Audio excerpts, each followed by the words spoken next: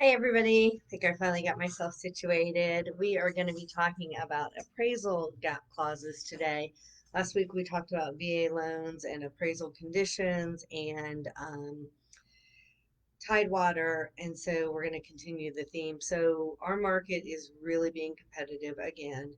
Multiple offers. We're seeing people asking over list price. So history major, we're going to use round numbers again. Let's say that you have a house that you're interested in buying, that you're selling, and you've got it listed for $300,000, and you get an offer that's for 325,000. Fantastic. Except you did a really good job with your agent of knowing comps and you think you're accurately priced. Now, market conditions, what your house is worth is what anyone's willing to pay for it. But if they're getting a loan, then it has to appraise, which, what homes have sold that are similar to your similar size, similar finishes in the same neighborhood, those kinds of things in the last 6 months, usually.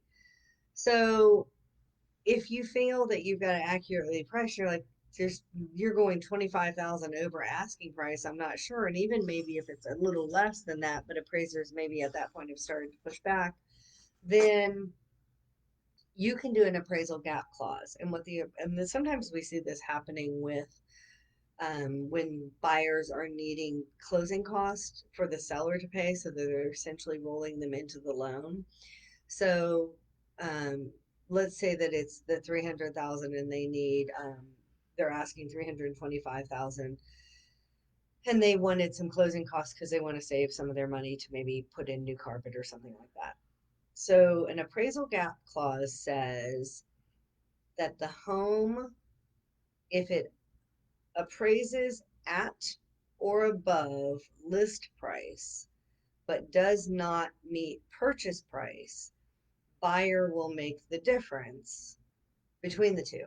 So in that example, if you have a home that was listed at 300, they offered 325 and it appraised for 315, the buyer has to make the difference between the 315 and the 325 because they're the ones who pushed it to that price. And they have to do that with their out of pocket money because the loan's not going to do it because the loan only came in for 315. So if they do that, and you're just, you're taking maybe $3,000 to $5,000 in trust money, the buyer may say, all right, see ya. I'll lose 3 to 5,000. I don't want to put in the extra 10. So if you're concerned about an offer that you've gotten, they're putting in higher than what you think the home may appraise at, or they're doing it because they're asking for closing costs, and you're concerned about what they may appraise at, then you can do that, put in the appraisal clause, but you should also ask for more trust money too, so that they have more skin in the game and it's harder for them to just walk away and default on that. So in that situation, you may have asked for 15 or $20,000 in trust money. So if you have any questions, let me know. That's pretty basic for appraisal gap clauses. Next week, we're going to be talking about escalation clauses because those are happening a lot in our market now. And it's not something that we at Benchmark do. And so I'll share with you a little bit about those and how you can get offers in. And then the next week, we're probably going to talk about just how to write a good, strong offer and position yourself when you're in a competitive market. So, Jennifer Weissman with Benchmark, here if you need me, message me, let me know. Talk to you soon.